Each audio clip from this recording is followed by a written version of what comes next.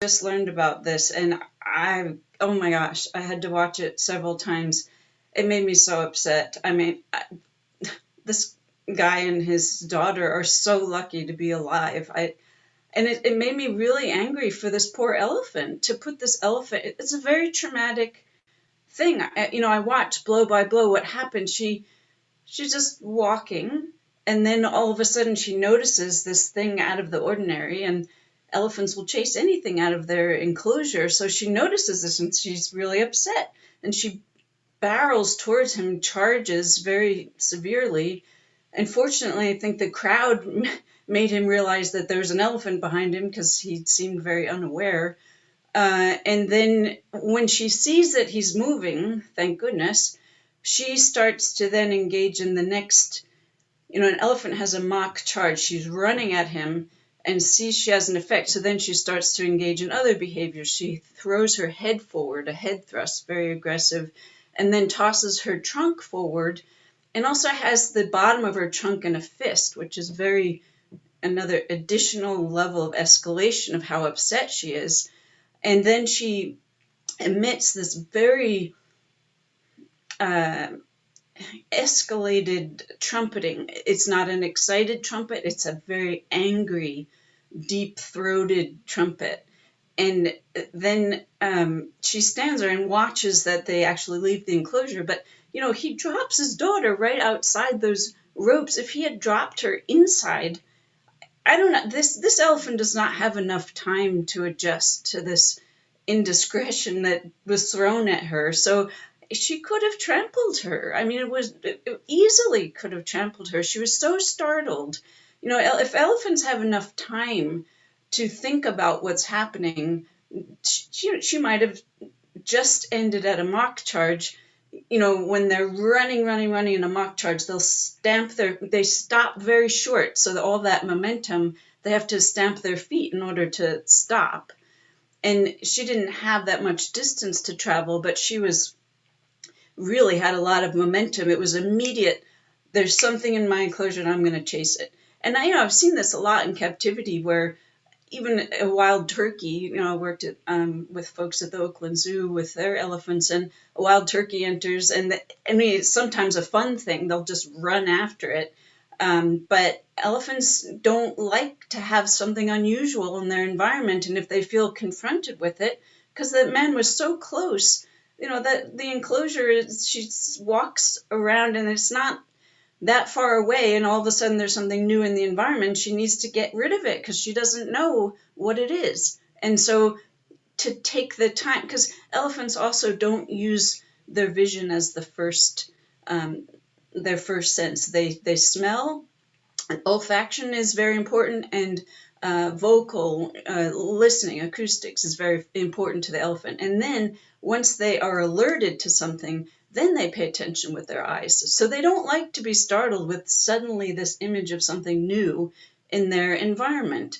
And so I don't know what this man was thinking, but it's the most absurdly dangerous thing that he subjected his daughter and himself to. It's just unbelievable. And I also, again, feel really badly for this elephant because she was put in such a terrible situation. It's very traumatic for her. If Um, that elephant had wanted to kill them, I mean, there was some sound, as you saw in that story that I sent you from Jeff Corwin, saying like that elephant just showed patience, but if she had wanted to, she would have killed them. Did you get any sense of that? Is that, I mean, just what is your take on that? um, as this elephant mock charged, there was very little distance for her to end her mock charge, exhibit these few very quick threatening behaviors, and then keep going. A female is much more likely to follow through with a charge than a male, and this is a female in the enclosure. A male will do a lot more threatening postures after he mock charges, but a female, she instinctively has to protect her young, so she more likely will follow through with her threat than a male does.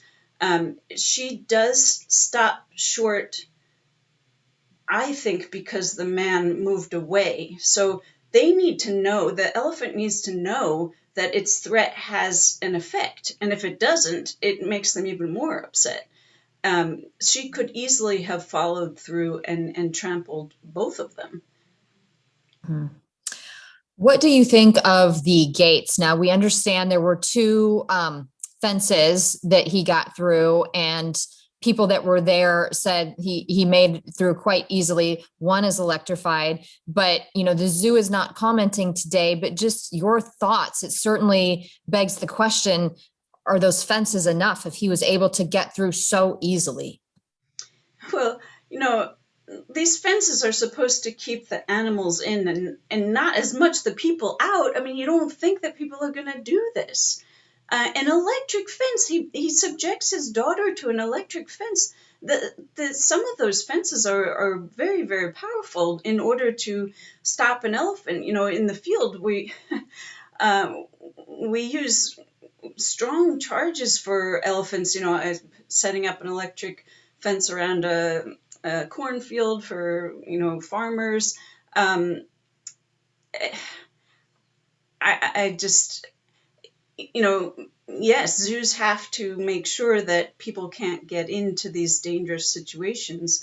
Um, but how much can you do to stop people? And you also want people to have a nice experience of seeing the exhibit. I can't speak to whether or not there was sufficient deterrent, but it didn't sound like he had to struggle too much with his daughter in his arms to get over these fences. I'm sure the zoo is going to have to rethink things, but I don't know exactly what the situation is. It's just that people tend to not be very smart about these things and think Right. they can go get a selfie. Most of my research is done in the wild in Namibia, and people do the most ridiculous things, get out of their car and stand in front of the lion and want to get a picture. Um, and that doesn't work out too well for the person usually. Right.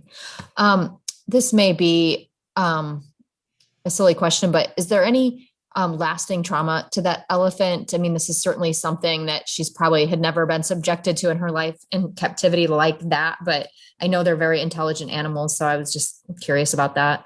I'm sure there would be trauma.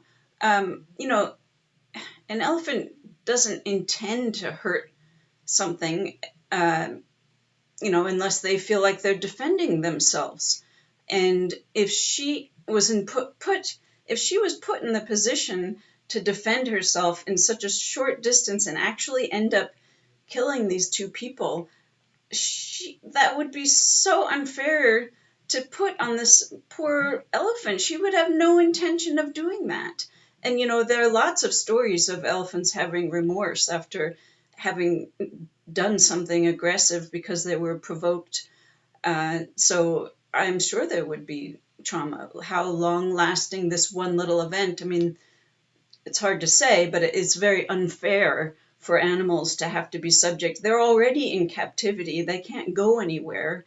And then you go and cross this sacred threshold for them. They need that space to protect themselves from all of the onslaught of people visiting them. They need to know that they have a safe place. And elephants are, just like many other animals, they need to know that they have that safe place that you can't get across. Is there anything else that I didn't ask you that you really want to emphasize or mention? Anything that I didn't ask you that you think needs to be included?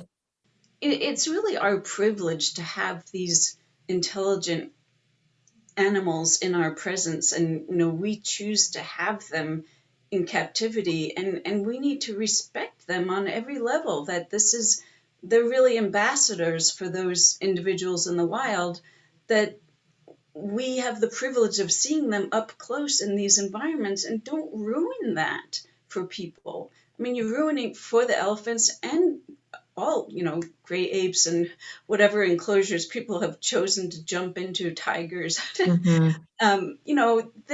These animals are ambassadors, and we need to really respect them and their space, and not, why do we have to be in their space? They're already taken out of the wild or born in captivity, but they're already in this situation that's not natural. Why do we need to get even closer than we already are in these spectacular exhibits where you can see them right there in front of you, in front of the glass? Why do we need to do that?